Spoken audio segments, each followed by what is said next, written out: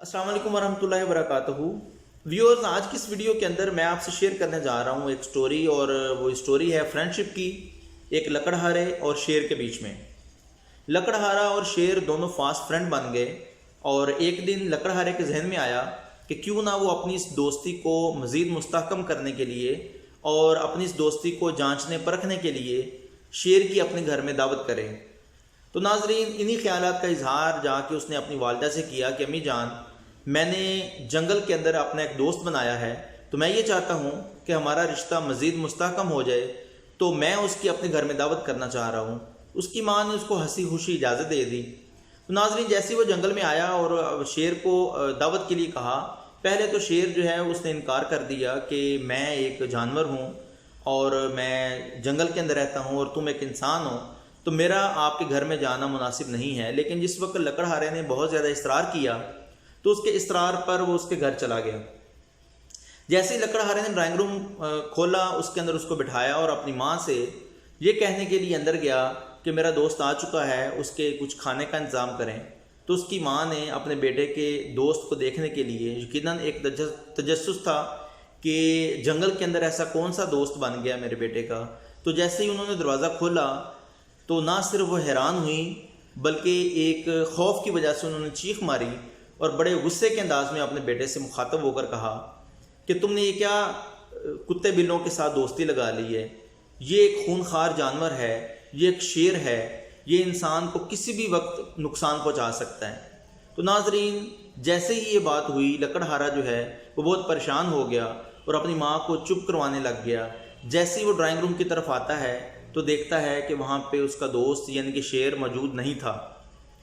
अब उसको यकीनन इस चीज़ का एहसास हो गया था कि मेरी माँ के जो अल्फाज हैं ये शेर तक पहुँच चुके हैं, जिसकी वजह से वो अपनी दोस्ती की खुददारी को कायम रखने के लिए वहाँ से जा चुका है।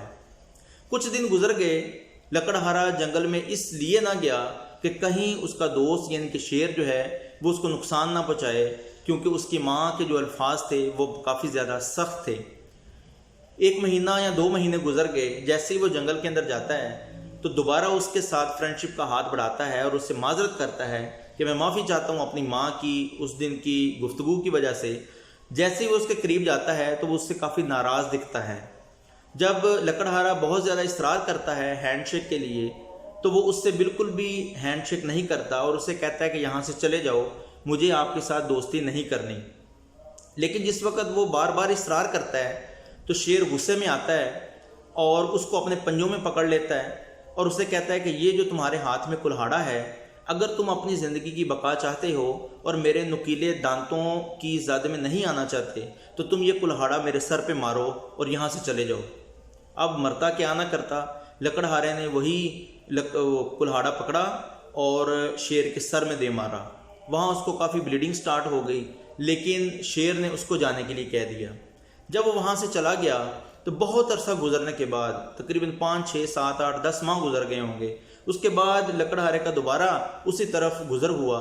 तो शेर ने उसको बुलाया और उसे कहा कि ये देखो, मेरे बाल पीछे करके देखो, क्या यहाँ पर उस बर्छे का, उस कुल्हाड़े का निशान मौजूद है।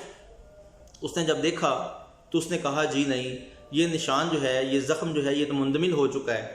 तो शेर ने बड़े तारीखी अल्फाज कहे कि देखो, तुमने कुल्हाड़े से जो वार किया था, उस वार के ज़ख्म जो है वो मुंदमिल हो चुके हैं, लेकिन तुम्हारी माँ ने जो उस दिन अल्फाज मेरी ज़ात में कहे थे, मेरी इंसल्ट की सूरत में कहे थे, वो आज भी मेरे दिल के ऊपर ज़ख्म किए हुए हैं। तो नाजरीन, इस स्टोरी से हमें ये पता चलता है कि हमें अपने अल्फाज का जो चुनाव है वो बहुत अच्छे तरीके से करना चाहिए। यानी कि अल्फाज का जो चुनाव है वो बहुत अहमियत का हमल होता है। हमें इनका इस्तेमाल बहुत अच्छे और एप्रोप्रिएट स्टाइल में करना चाहिए। ये कहें कि किसी की दिल आज़ारी ना हो, अगर ऐसा हो भी जाए तो माजरत करने में बिल्कुल देर नहीं करनी चाहिए। इससे ना आपकी शान में फ़र्क आएगा, ना आपकी इज़्ज़त की जो कद है उसके अंदर कमी वाक़ होगी, बल्कि मैं ये समझता हूँ इससे दूसरे इंसान के दिलो दिमाग में यकीनन एक सुकून, राहत और इत्मीनान पैदा होगा। हम बाज़ औक़ात गुस्से के अंदर दूसरों को मिसपर्सीव कर लेते हैं। हमें उस वक़्त उसका इखलास और उसके अंदर जो कमिटमेंट है वो नज़र नहीं आ रही होती। इस मौके पर दरगुजर करके अपने आप को काबू में रखना बहुत ज़रूरी है, کیونکہ بہت ہی ایک مشہور پنجابی کی کوٹ ہے کہ جو بول زبانوں نکل گیا وہ تیر کمانوں نکل گیا۔ Thank you so much.